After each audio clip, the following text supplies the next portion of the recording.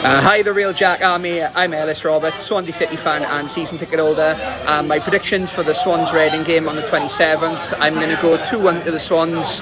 Not sure on the Reading goal scorer, but I'll go 1 goal from Joel Perreault and another goal from Jay Fulton. Come on, Swans. Happy Christmas, all the Reading and Swansea fans. I'm Vicky, obviously a Reading fan. Looking forward to the game on the 27th. With the experience of last season, 3-2 at your place but 4-4 at home, I don't think it's going to be 0-0. I would take a 2-0 win to Reading. Andy Cowell scoring, of course, but secretly probably a point will do. I hope you all enjoy the rest of your Christmas. Hi, my name's Mim and I'm a Reading fan. I did predict the score when we were down in Swansea and I was wrong. Look what happened there. So I'm going to have to predict a Swansea win and then I'm going to be wrong again. A Reading will win. Bye. Hi guys, welcome back to a new video. Now this is the preview of the game between Reading and Swansea. The second and final meeting between the two sides, unless we draw each other in the FA Cup, of course.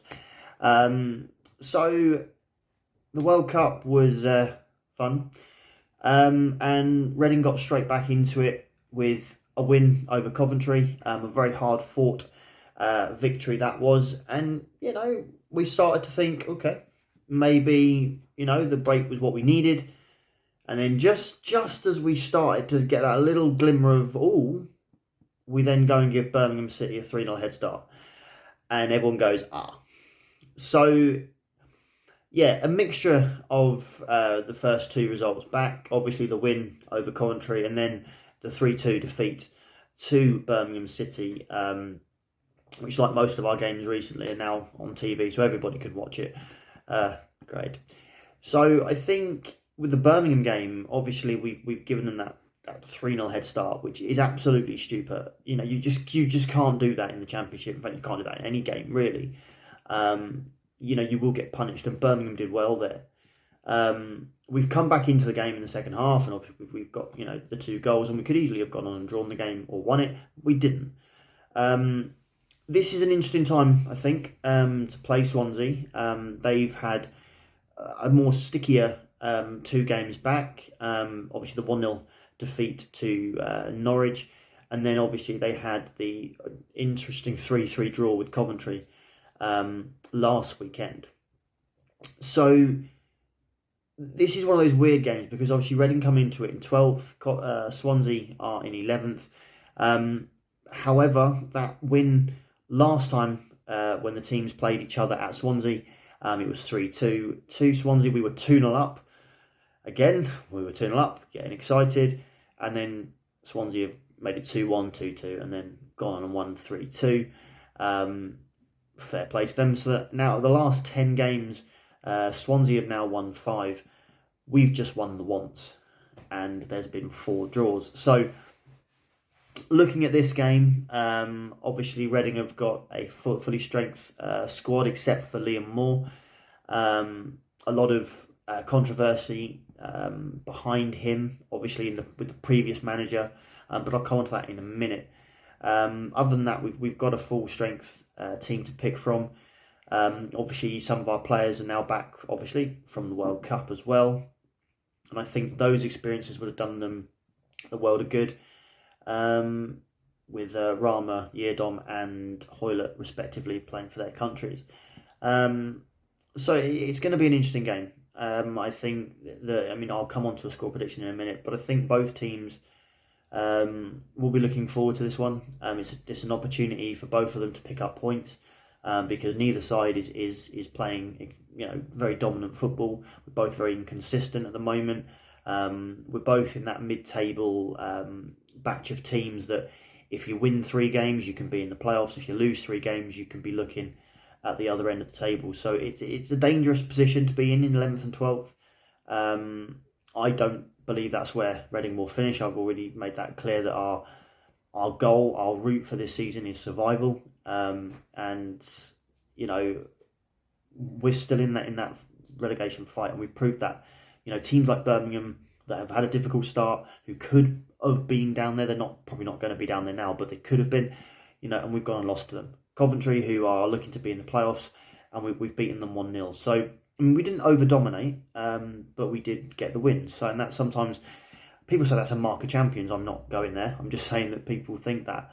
So it's good if you don't play well and you win your games. But obviously we've played really well against Birmingham and we've lost. So it's a tricky one. It's a tough one to sort of digest, and we will have to see what happens. I think it's Tuesday. I mean, around Christmas, I've got no idea what day, what games are on. So I think it's a Tuesday. We're playing Swansea. So it's live on TV. So it'd be nice to get home from work and crack open a beer and watch that, and see how we get on. Obviously, our next two games,